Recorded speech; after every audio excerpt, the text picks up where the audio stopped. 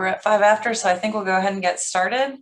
Good afternoon, and thank you to everyone for joining us for this inaugural session of our Tweet and Eat series, which is hosted by the UAB Pathology Communications team, and we're so excited to have you with us. I'm Christina Crow. I am the Communications Director for the Departments of Pathology and Biomedical Engineering, and I'm joined by my colleague Hannah Weems, who is a Web Communications Specialist for both departments, although I think her name is her title is a little misleading because she does much more than web. So we wanted to offer this series as a way for faculty, trainees, staff, and really anyone who might be interested in working with the media or starting a professional social media account to learn more about some of the ins and outs of that, such as pitching stories and how and why certain stories are covered by news outlets. We hope to cover these topics and many more over the next few months with this series that we're doing on Thursdays. So without further ado, we will introduce today's speakers. And before I start, I'm going to introduce Anna Jones, who is the newest, I don't know if she's the newest member of the University Relations team, but she's one of several who have just joined the team.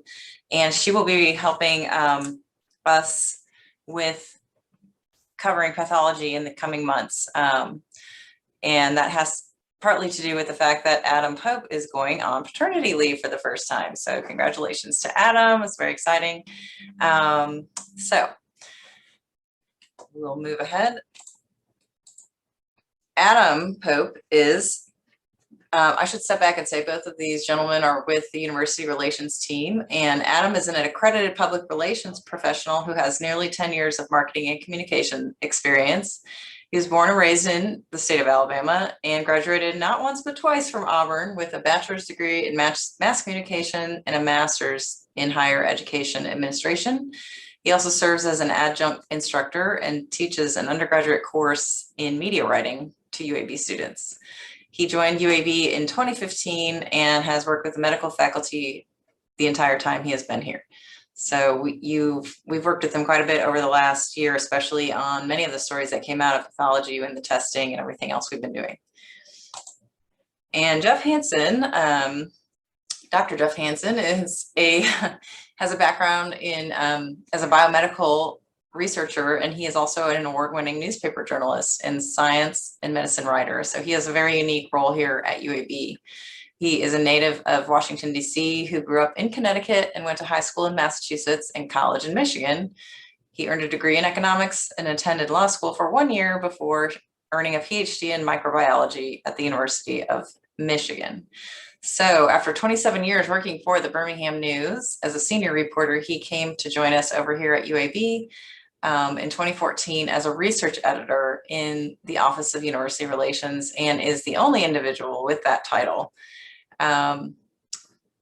Let's see, he has also worked for the American Journal Experts, Birmingham ad agencies. He's worked as a graduate teaching fellow, a postdoctoral fellow, an assistant professor, and many other things. So Jeff has a great breadth of experience, and he is going to talk to us today about research news, basically, and how and why we cover those topics.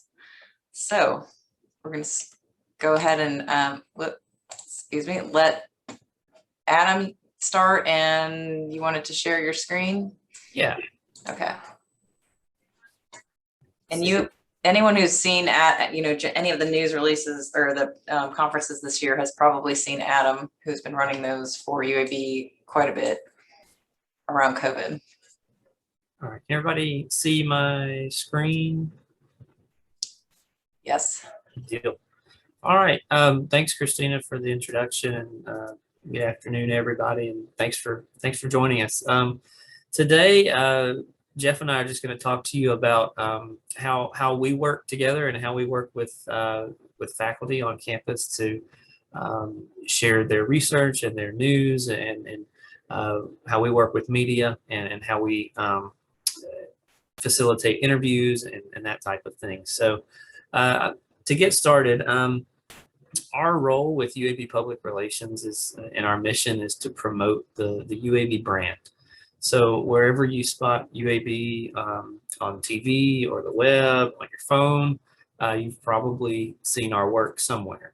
And our team's responsibilities are managing PR for the university and the health system, as well as providing communication counsel to UAB and UAB medicine affiliates. So PR team members are the only UAB representatives approved to work directly with the media on behalf of the university, and the PR director, managers, and specialists like myself, as well as Jeff, we work together to develop and carry out communication strategies in areas of media relations, issues management, crisis communication, and integrated communication. So Christina already introduced all of us already, but just as a refresher, these are all of the folks who provide communication support to the department. So mentioned Anna, myself, Christina, Hannah, and Jeff. So and I can make a copy of these slides available afterwards too if anybody would like them. So UAB public relations, media relations, those terms can be interchangeable sometimes.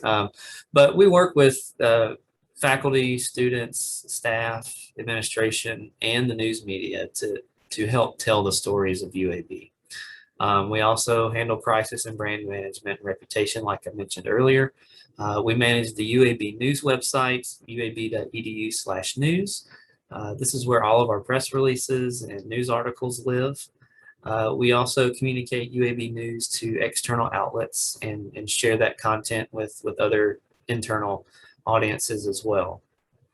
And like I mentioned earlier, we facilitate on-campus interviews, or in this case, as we approach a little bit of normalcy, virtual interviews with news media as well. And each day is different for us. You know, that's one of the best parts of my job, and I would think Jeff would say the same thing. You never know what each day will bring. A couple of weeks ago, I was up at 6 a.m. trying to get one of our infectious disease doctors and our video team together to determine if we needed to have a news briefing about the latest with the vaccines with 12 to 15-year-olds. And so there may be times where we have to be prepared to just work a little bit outside of those normal hours. So it's rewarding and challenging at times, and we love what we do.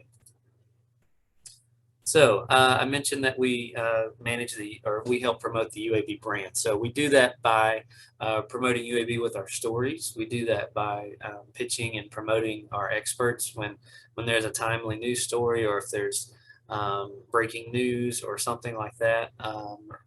Groundbreaking research, which Jeff does a really great job of translating that to a lay audience. We also plan, we have content development meetings. We plan our stories mostly in advance. There's always the last minute ad. And then we also have media events like on-campus on-campus press conferences. We had one yesterday with a ribbon cutting for a new residence hall on campus. We also protect the brand. We protect UAB and students and employees.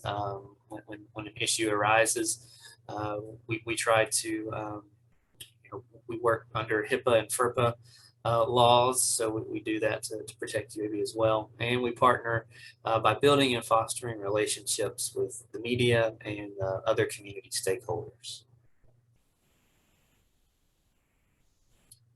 So each of our PR team members, we represent a wide range of groups on campus. Our team is broken down by the traditional campus side and the medical side. So I'm on the medical side, so is Anna. Jeff kind of toes the line between both sometimes.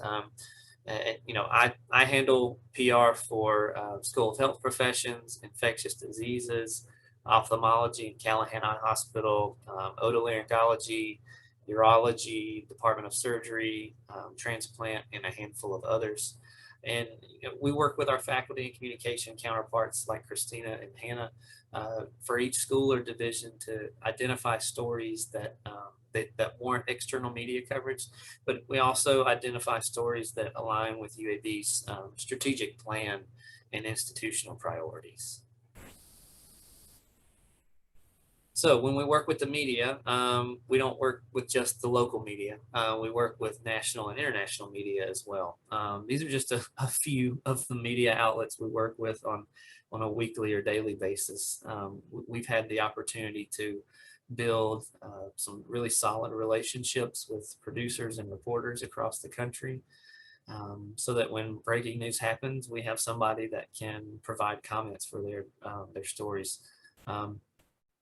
In the past, we've gone to New York, Washington, Philadelphia, Atlanta, Miami to meet with producers and news reporters to let them know about UAB, because there are some who have no idea who we are.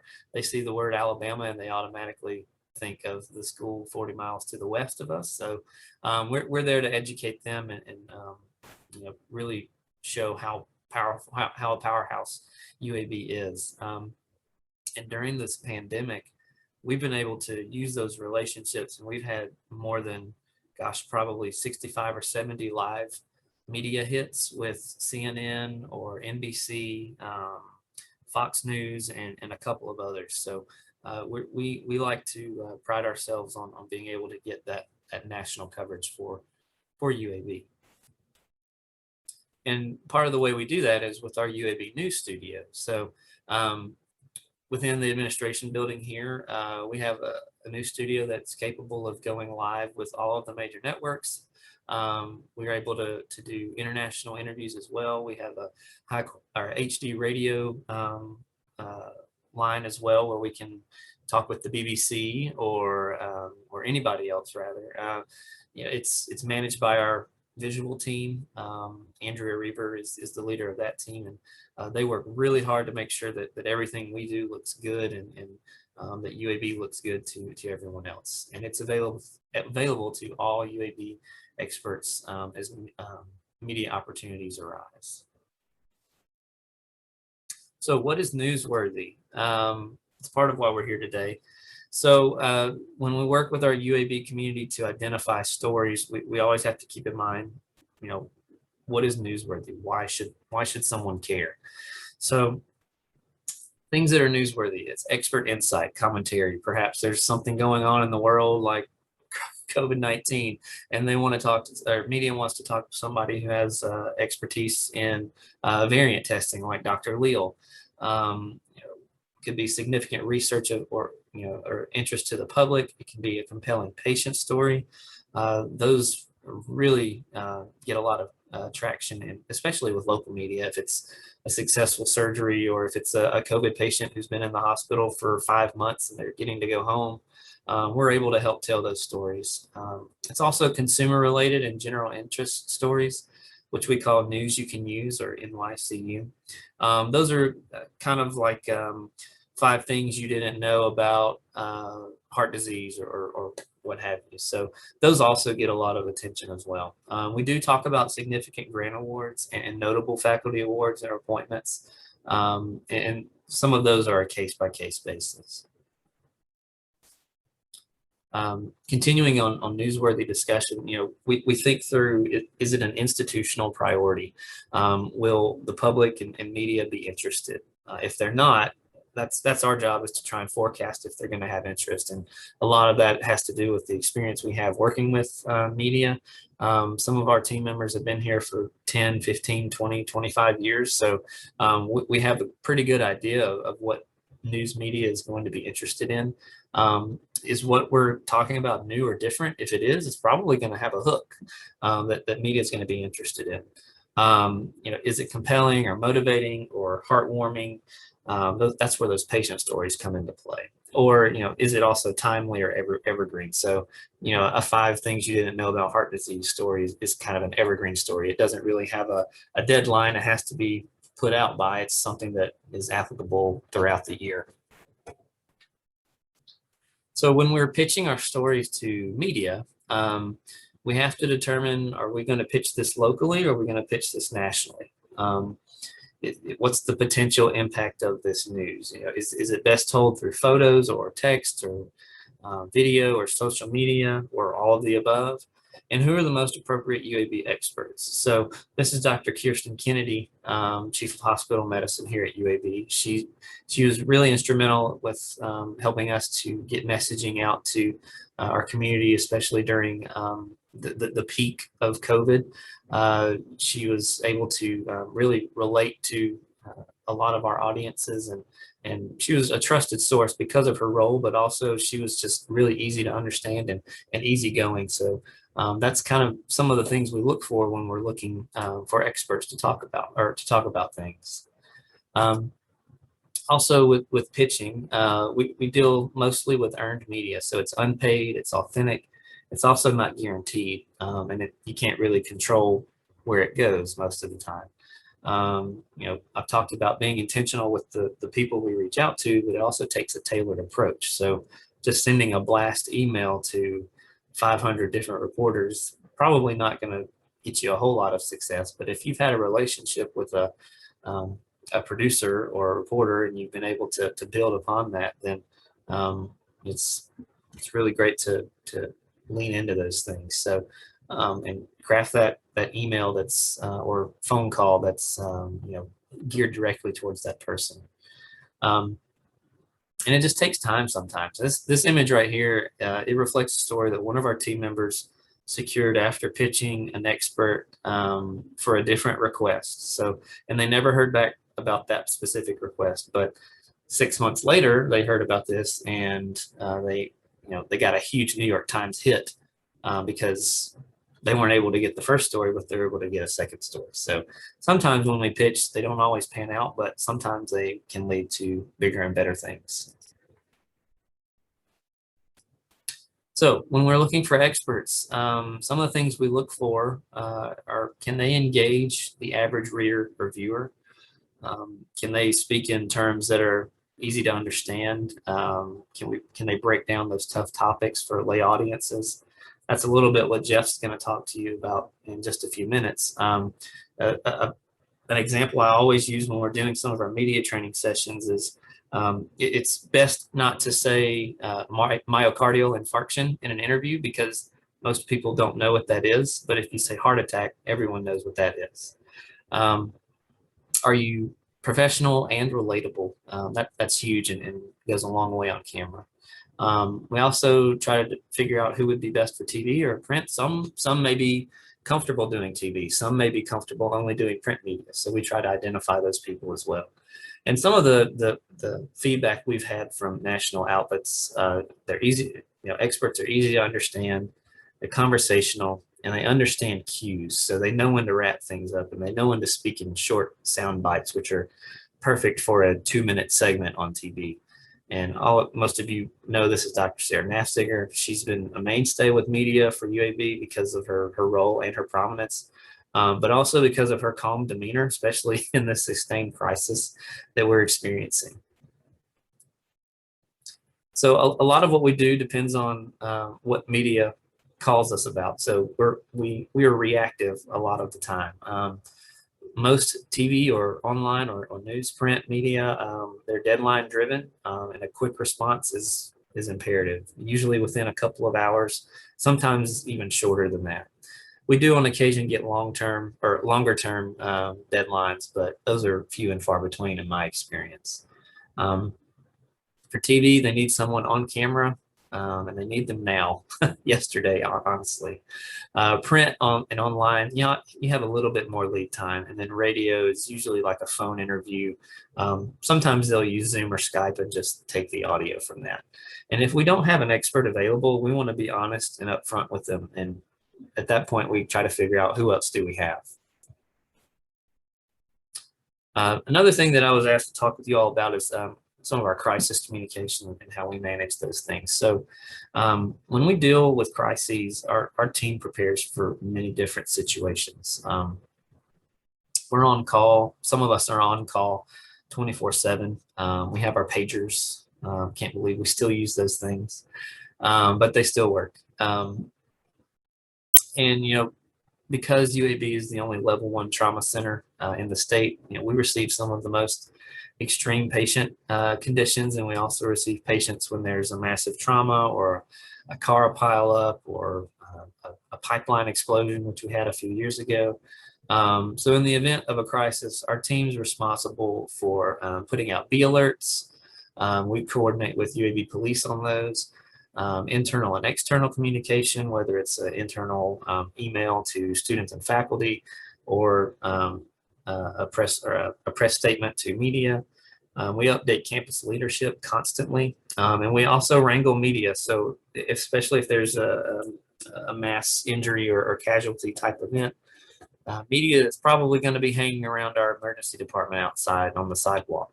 And our job is to, one, work with them, but also two, make sure they don't come inside our building because they're not allowed without one of us present. And they're definitely not allowed in the emergency department. So in crisis or reputation management situations, we're constantly communicating with leadership and those appropriate stakeholders like I talked about. We're monitoring social media in case there's people nearby or reporters saying things about a certain situation. We're also, in certain events, we arrange for media staging areas or interviews or news conferences with our doctors or administrators or whoever is most appropriate. And when we do that, we work with them to identify key messages and so beforehand, so that experts are prepared before going on camera. An example we've had in the past is the UAB Highlands shooting and pediatric bus crash. Those pictures in the last 2 slides. One thing to consider when some of you may be on social media, it's best not to speculate on social media. We know that mostly intentions are good, but speculating and providing information that isn't from a unified source can be detrimental sometimes. So we just ask that before you hit send on a post or a tweet, consider who might see it. And the answer is anyone can see it, honestly. If something's going on, a reporter is probably going to comb through a list of accounts that they've saved or they have a list of, and they're going to try and find any information they can. So we're here to help process and protect you, our students, our patients, everyone on campus. So like I said earlier, we work with HIPAA or work through HIPAA, we work through FERPA, and all approved communications come from university relations. And I mentioned it briefly, but media on campus. So our team are the only ones that are allowed to escort media on campus. No media person can be inside a building or on property without one of us present. It's for student or patient privacy. And we're here to help make media interactions go smoothly. That's what we're paid to do. We're here to help you tell your story as well. And we're here to track and promote media hits. Now, this story on the right here, this is an example of how a New York hospital had to pay millions in fines because of a HIPAA violation. Media sometimes do try to sneak in buildings. We've had that happen. But this is why we do what we do, so we don't have to pay $2.2 million to multiple people because of privacy issues. A couple of things as I wrap up, just a couple of helpful resources. Like I said, uab.edu/news is where all of our content lives. We have our experts page. Some of you are on there, I think. If not, we will work to get you on there. We'd love to have a media training session with you individually to do that if that's something you're interested in. We also have a request publicity form if you're interested in having something in the e-reporter or if you think it might be worthy of external coverage. You can also work through Christina and Hannah through that as well. So that's basically all I had to talk about this afternoon. I'll answer some questions at the end, but I would love to be able to give some more time to Jeff as he would like to talk with you about translating research and how it gets translated to the news. Okay, great. Thanks so much, Adam. And Jeff, we'll switch over to you and let you share your screen if you're ready.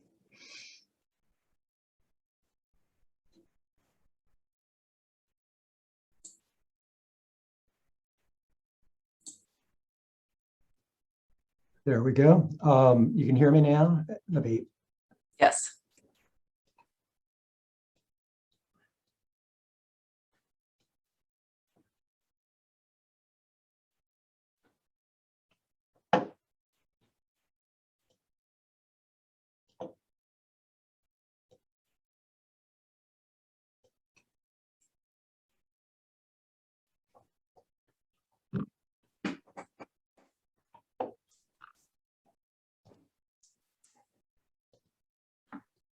Okay, sorry for the delay on that. Thank you for the invitation, Christina. I think I have one of the best jobs at UAB. I get to learn about and write about UAB science. And when there's not a pandemic, I get to meet UAB researchers, hoping to start doing that again soon. Today, I'd like to talk about how I go about translating your science. And when I applied for the job at UAB, one of my interviews was with Anupam Agarwal, the executive vice dean of the UAB School of Medicine. And as we talked, I asked him how he saw my role at UAB. And this is what he said. Hey, Jeff. UAB is a great institution. We want others to know that. Jeff, we're not seeing your slides if you're sharing your screen. I don't know. I'm sorry. There you go. Are you seeing it now? Yes.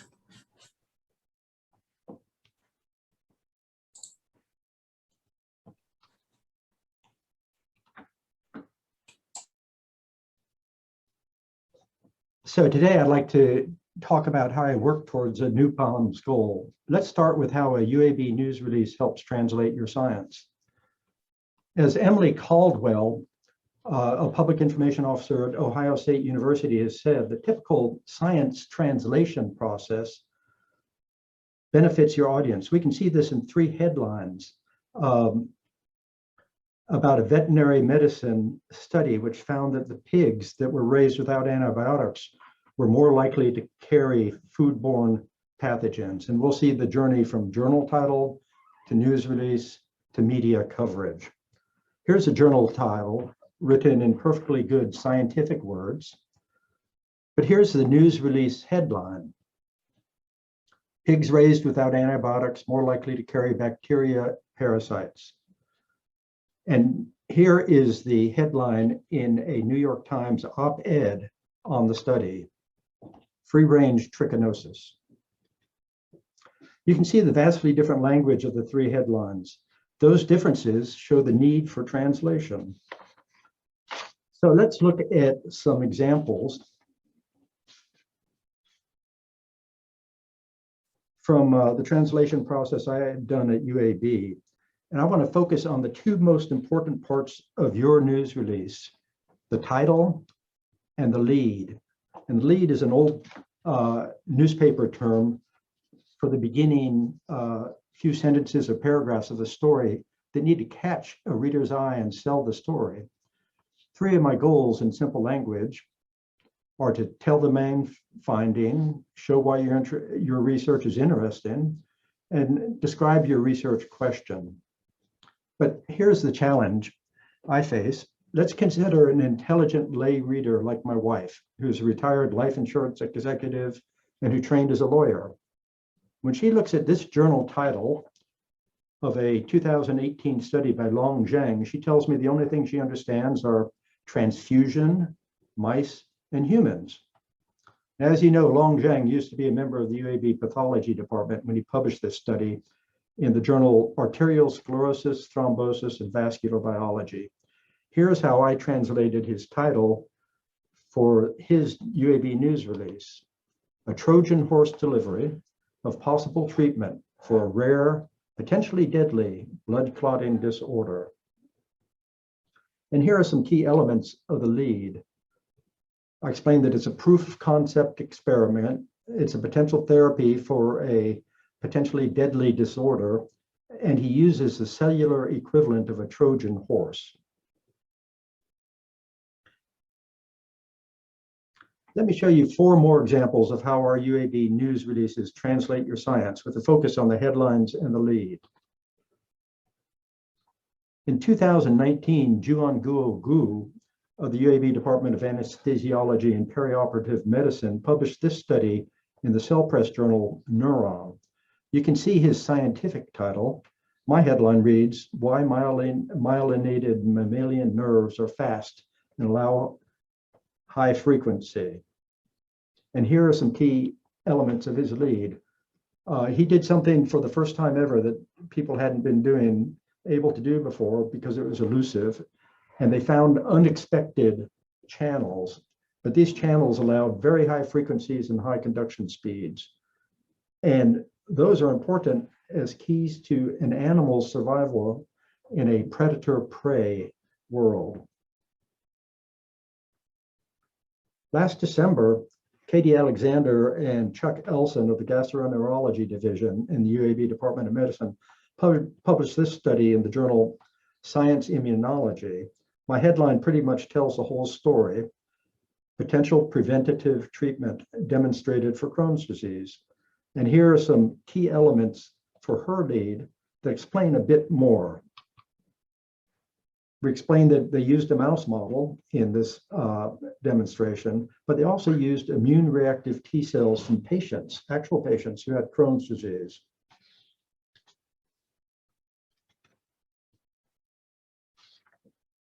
In 2018, Michael Niederweiss of the UAB Microbiology Department published this study in Cell Reports.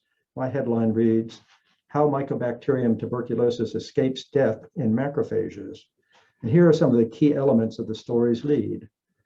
It's about bacteria that cause devastating disease, tuberculosis, and they are able to escape destruction by macrophages, which are the cells that are supposed to destroy those pathogens.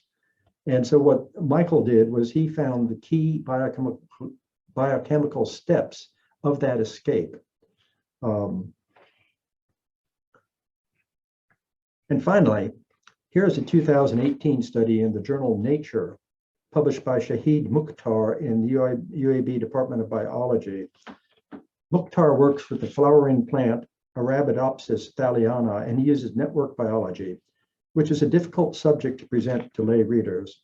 So I had to find a way to tell the story in a way that would catch the reader before I got to the complex science. So the next lead is rather different.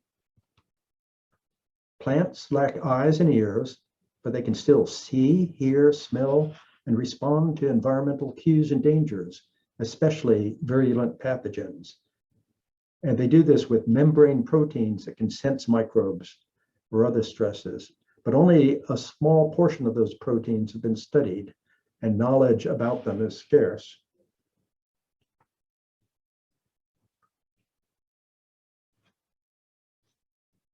The network biology approach by Shahid and international scholars is a major advance in learning how the membrane sensors form complexes with one another, which is why in the title I use the word breakthrough. It's not a word I would use very often. So now let's move to a quick look at the second part of my talk today, how we produce your UAB news release. The three parts: drafting. I usually learn about your study and read it at least twice and write a draft. Then I'd give it to you for review, and you insert your corrections or suggestions. Then I revise it using your corrections, and it goes through a copy editing process, both internal and external. And finally, we distribute it. We post on UAB News website, as Adam said, and I post on another website called Eureka Alert. And we may send it out to media reporters as appropriate. Now, I've highlighted Eureka Alert because it's the most effective way of sharing your basic medical research with the world. It's an online global news service operated by the American Association for the Advancement of Science, and is a place where universities and other research institutions can bring their research news to media. Public information officers like myself or Adam or Anna, we pay to get access to this reliable news release distribution system, actually over $1,300 a year for UAB. But reporters, eligible reporters, get free access, not only to breaking news releases, but also to embargoed news releases. Final part of my talk, I'd like to share my biggest success during COVID-19. My number one researcher was Fran Lund, chair of microbiology. At the end of March, my news release announced that UAB would do testing of a COVID-19 vaccine candidate created by the Maryland-based Altimmune Inc. Now, this vaccine, this potential vaccine, is very different from Pfizer, Moderna, or J&J vaccines. It is one dose, intranasal, and it can be stored at room temperature. These are very important attributes for a potential global vaccine, especially in places where medical resources and deep freezers are scarce. And thus these traits are a great news peg. Led by Lund, UAB did the preclinical testing of the vaccine, organizing a workforce of 6 UAB labs and 24 researchers, all working under COVID-19 restrictions. And many of you may remember those. In July, Altimmune and UAB announced partial preliminary data. In August, there was more partial preliminary data. In October, a non-peer-reviewed copy of the research was placed in the preprint repository bioRxiv. In November, Altimmune submitted an investigational new drug application to the FDA. And in February, the FDA approved the start of a phase 1 trial.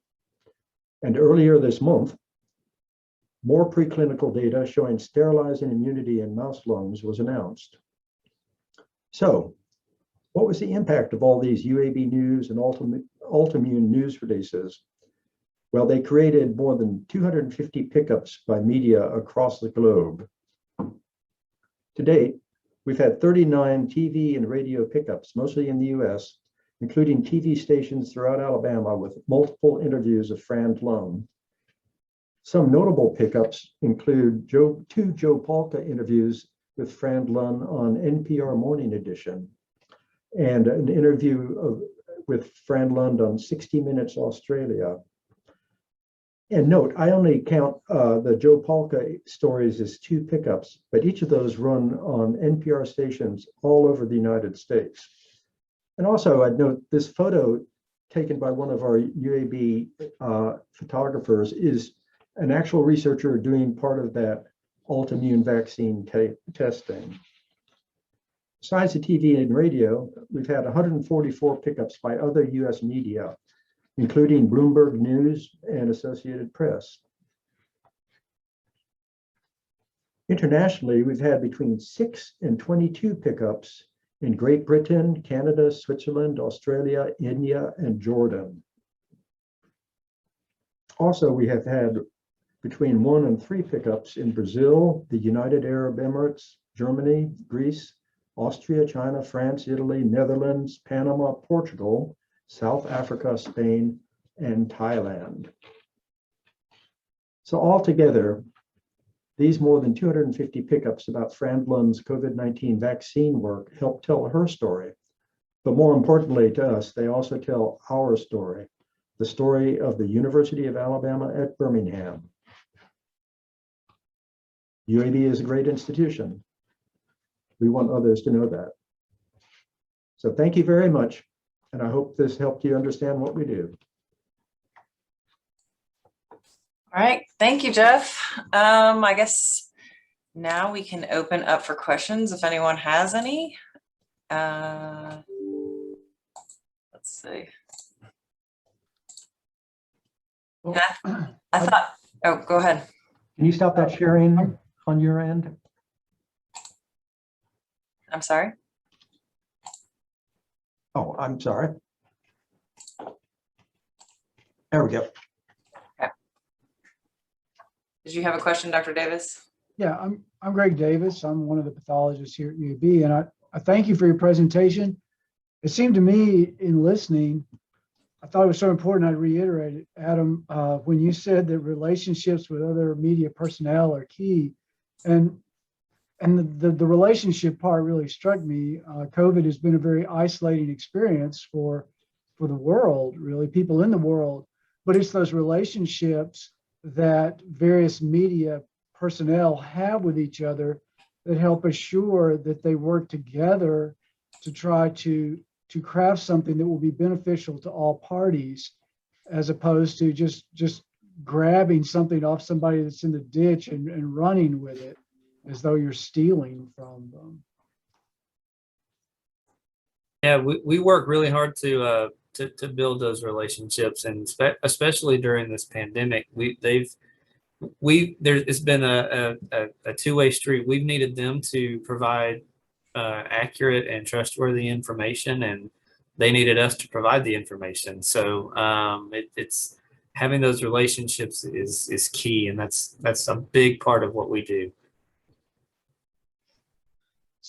So here's actually a question for you, and that is, I took the liberty of shrinking my screen so I could look at the experts you have listed, and there are a few of them that are in the Department of Pathology. But I mean, I would suppose that most any faculty member at UAB is an expert in something. Presumably, you don't want every single faculty member on your list. Are these individuals that you seek out because you get repeated requests from media? How do you find and cultivate experts? That's a great question. So most of the people on that list are folks who are one of a couple of different things. One, they're easily accessible. Two, they're willing to do media. Three, they've either they need media training or they've had media training, so they're comfortable going on camera or answering questions. And so it's a combination of all of those things. And that's why I would love to be able to, if there are those of you who are interested in becoming one of our featured experts, we're happy to work with you. And if that's something you're passionate about or interested in doing, please let us know. We'd be happy to do that and then have you on our page, because this is also a resource for journalists too. So when they come to our website and they're looking for somebody to talk about water contamination, maybe somebody in the School of Public Health is appropriate. I believe we have somebody on our list already who can speak to those things. So it's a resource for us. It's a resource for journalists as well. But like I said, we're happy to work with anybody who's interested in becoming one of those featured experts. Thank you. Sure. And I think it might be of interest. I'm wondering if, Jeff, you could talk a little bit more about how you choose the stories that you cover. The finding the stories is the challenge. There are several tip sheets that I get, like for all the science journals, all the cell journals, for PNAS, and then people like Christina and Hannah sometimes find research and they send me a tip. I look every day at the National Center for Biotechnology Information, which reports some of the UAB research. Mostly it's more medical rather than basic science. And I've cultivated a fair number of researchers who give me repeat business, who like to have their research shared. Several of the department chairs do a good job of steering things to me. I found that some junior faculty, new faculty, like to get their research out, mostly for the UAB community to learn about what they're doing. And also I found that some senior faculty who have transferred in from another institution, Long Zheng is actually a good example of that, like to get their research out, partly as a way to attract real good postdocs or graduate students. Okay. Thanks. All right. Does anyone else have any questions? I'm going to advance. We have a few more of these series coming up, and actually Greg Davis is going to be our next speaker. He is the division director for forensic pathology and has quite a bit of experience working with the public and public information officer for the Jefferson County. Don't let me say it wrong, Dr. Davis, the coroner's office, medical examiner. He is a medical examiner. It's all of those Yeah. things. All of those things. So he has a pretty unique role for the county and UAB. And then our final in the series will be in July, and we're going to have two individuals who are pretty prominent in social media, specifically in pathology, but I think the tips that they're going to provide will apply to anyone who is in medicine and science, who's interested in having a profile on social media and cultivating that and maintaining it, and the surprising benefits that could come out of it, including, being invited to speak internationally and things like that. So if there aren't any further questions, I guess we can go ahead and wrap up. I want to thank everybody for joining us, and have a great afternoon. Thank you. Thank you.